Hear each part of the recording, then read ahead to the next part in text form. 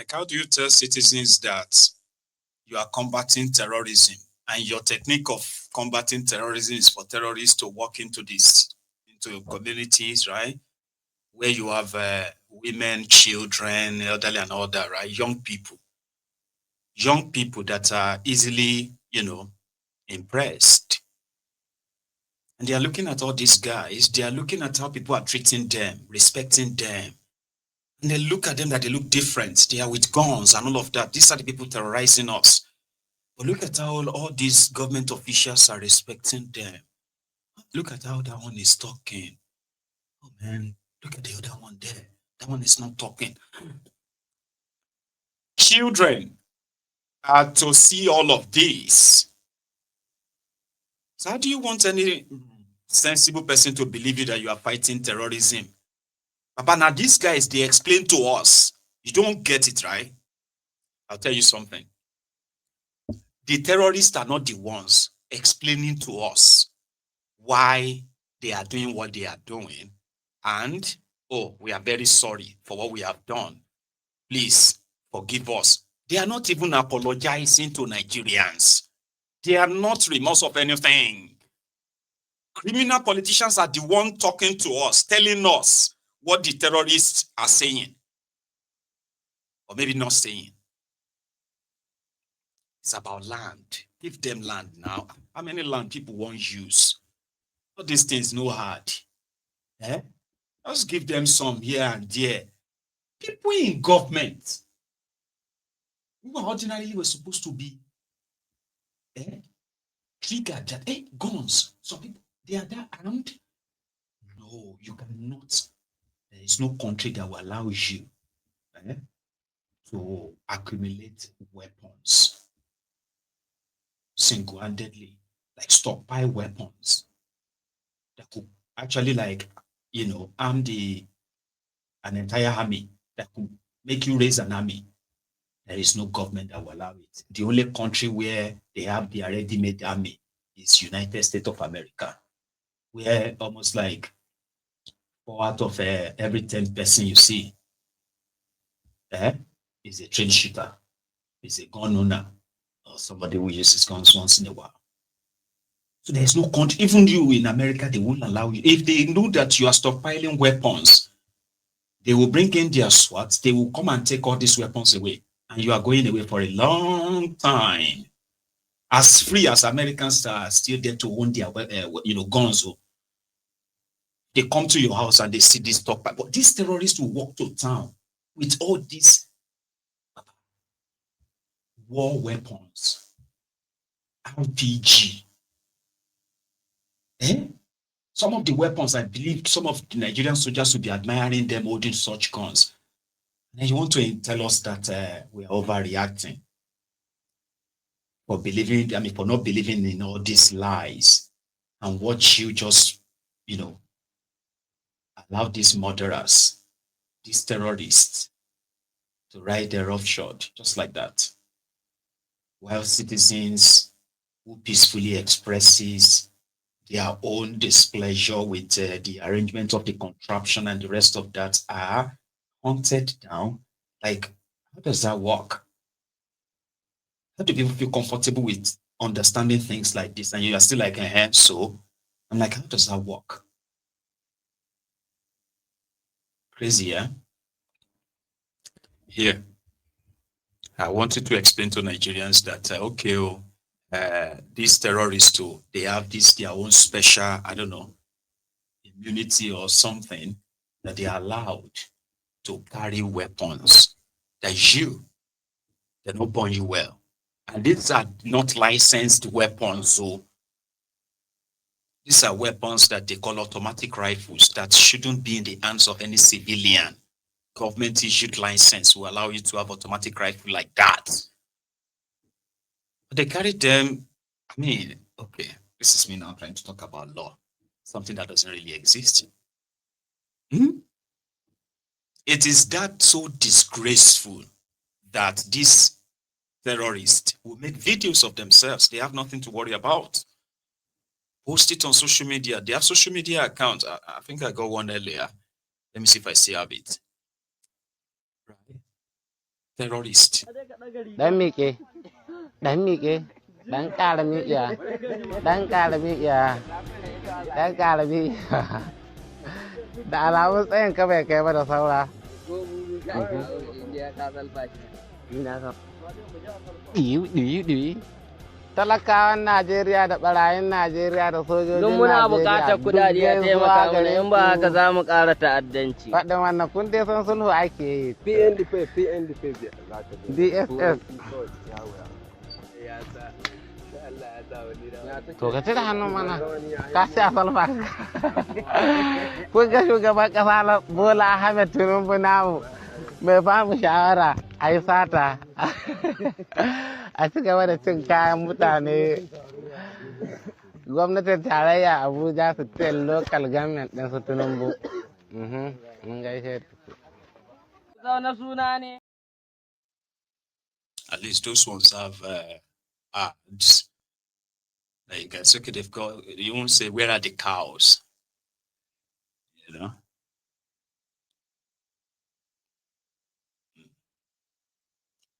In 2 days' time, we are going to witness a never seen before gathering of well-wishers demanding for the release of Mazi, Nnamdi Kanu.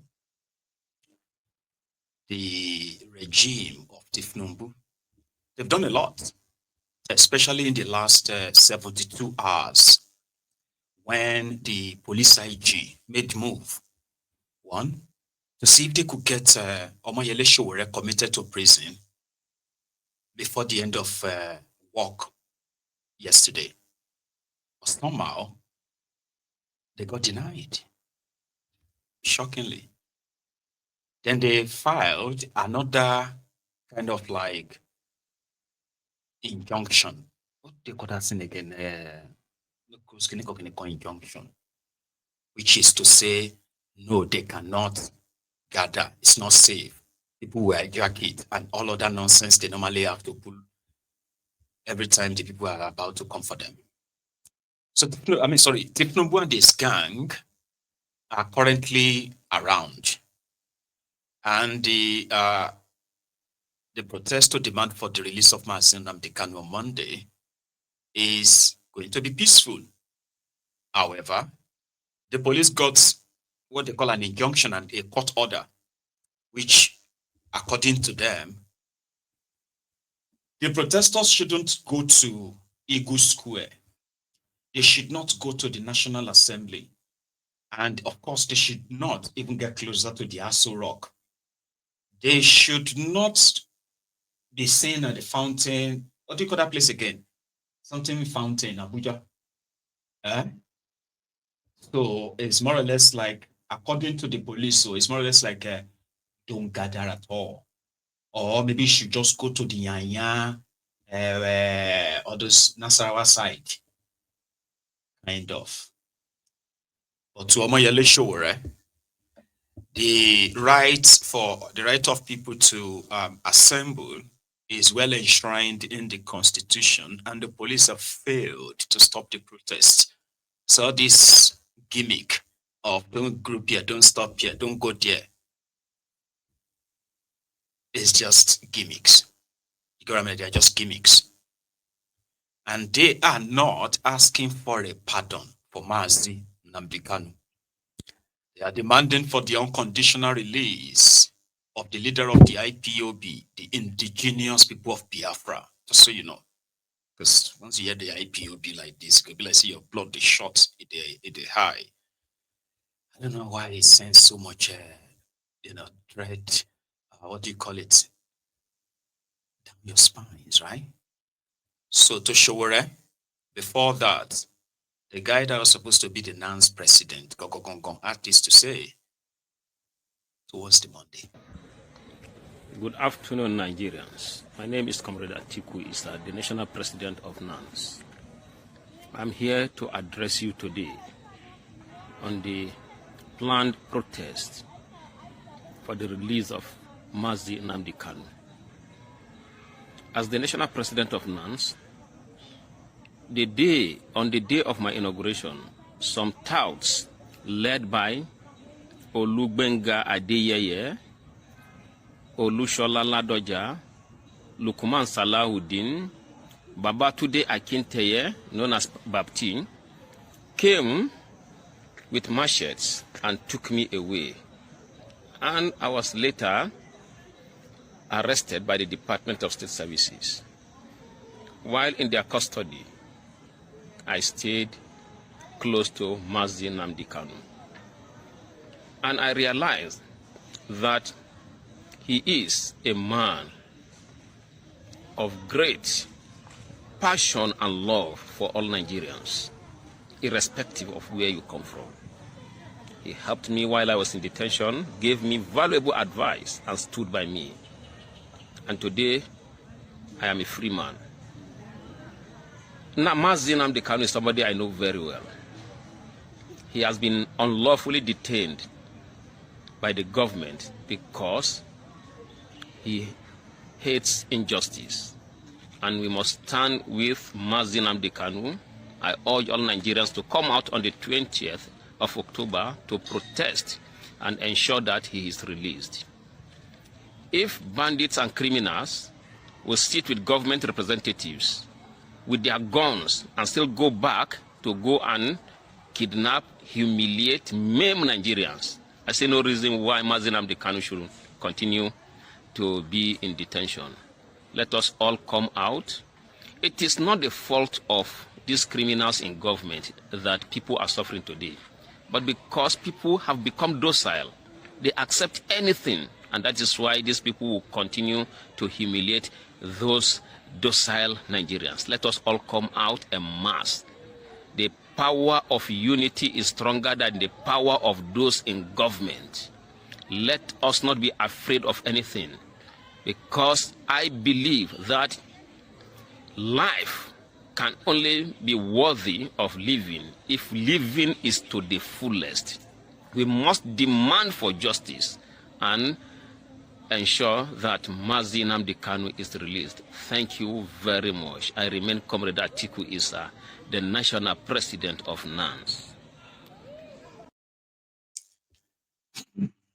Even though the guy that they swapped him with is currently parading himself as the president of NANS, APC faction. This one, Atiku Issa, is the Aluta faction or the opposition faction. And he did speak well, right? He spoke well. And that's one thing, though. I haven't met Mazi Nnamdi Kanu. We've never had any chats, never exchanged any complimentaries or whatever. But I have been one of those who have paid. I mean, I used to kind of be ignorant too, because I was younger then, right? And over time, it didn't even actually really take time, right, for me to realize that what this person is talking about, right? If everybody thinks right, everybody should be talking about it no matter where you come from, rather than form an army to defend the people that actually put all of us in this situation. And then things got so kind of like escalated to where it is said today. So if you meet with him, you are likely going to probably have a lot to apologize for. Maybe not to him, but to yourself, for making yourself so cheap and easy to be deceived by those who don't even mean well for you. Those who are responsible for the insecurity, they are responsible for your security and safety. If I'm talking to you right now in this peaceful manner, and behind the scene, I am sponsoring some armed people to be committing any crime. It is the job of the government to ensure that they are exposed. I am exposed in that sense, not you having to put together armed groups in order to use their crime as evidence to convict somebody else. You know? But we can't all possibly just maybe agree. Even if we disagree on everything about Nnamdi Kanu, there will be something there will be something you are going to be like, well, that's true. Oh, that's not fair. Okay, yeah, I get it. That's not right. Even if you don't like it. Those who are supposed to keep us safe are telling us that the reason why they can't keep us safe is because somebody who has no control over the military, the police, the secret police, and every other thing that resources that these guys have is more powerful than them. And you want to believe that. The same set of criminals are telling you that they are forgiving and pardoning terrorists, that you don't even have their names, you don't have where they have been released to. All this stuff that you are supposed to say, oh, the government should have them. They don't.